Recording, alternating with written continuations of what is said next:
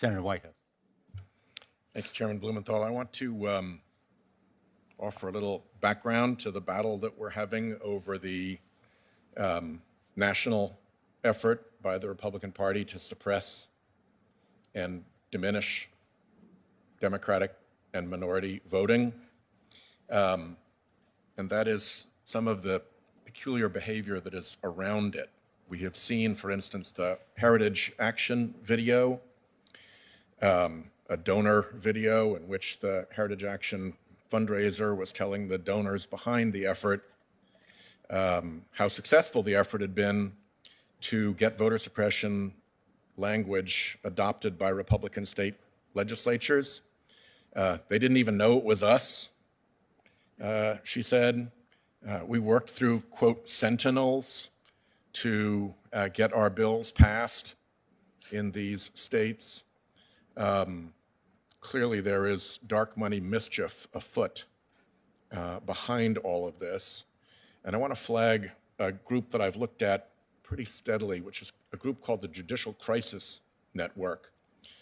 It pairs with Judicial Education Project. When people get up to politics in 501c land, they usually pair a 501c3 and a 501c4 and work through that pair.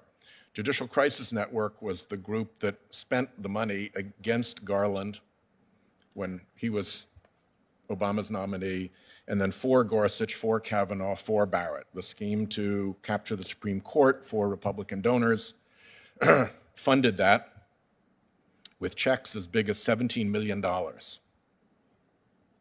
think a rational person would look at somebody writing a check for $17 million and have a very reasonable question what interest they had before the court, but we don't know that because all of this was dark money and all was secret.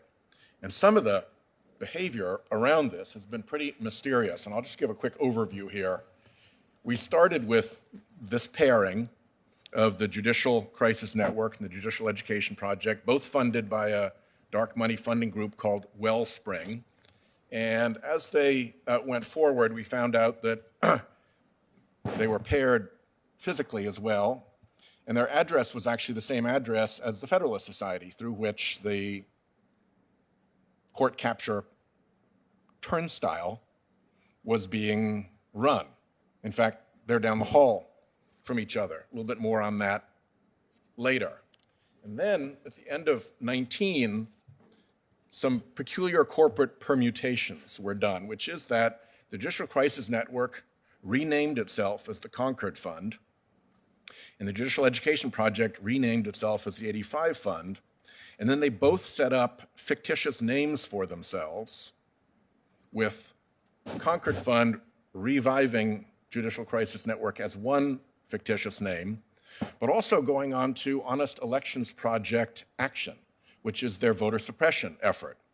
And similarly, the Judicial Education Project set up a fictitious name for itself as its former name, Judicial Election Project, while also adding Honest Elections Project. That was done in early 20 after the name changed at the end of 19.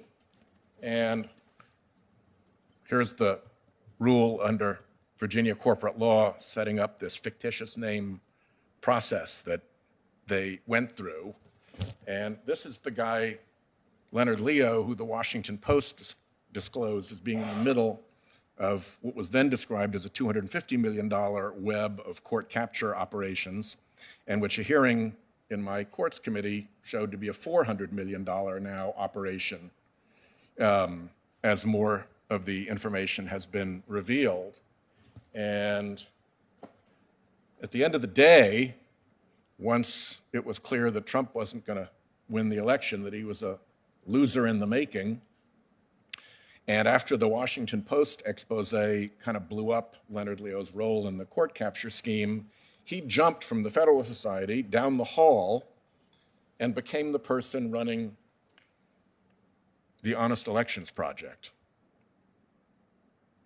So there's an element here of kind of hide the pea under the walnuts, but clearly the hundreds of millions of dollars that went into the Leonard Leo court capture operation documented by the Washington Post expose is now behind the so-called Honest Elections Project, the latest iteration in this dark money voter suppression effort, and obviously very aligned with the Heritage Action group that we caught in action talking about what they had done to press this through the state legislatures. So if you don't look at who's behind all this, it's hard to kind of get the joke about what's really going on. And I want to just make sure that the record of this hearing has taken us through the special interest dark money funding that has been behind this operation. And I appreciate the chairman indulging me in that presentation. Thanks, Senator Whitehouse. Senator Lee. Mr. Chairman, I was surprised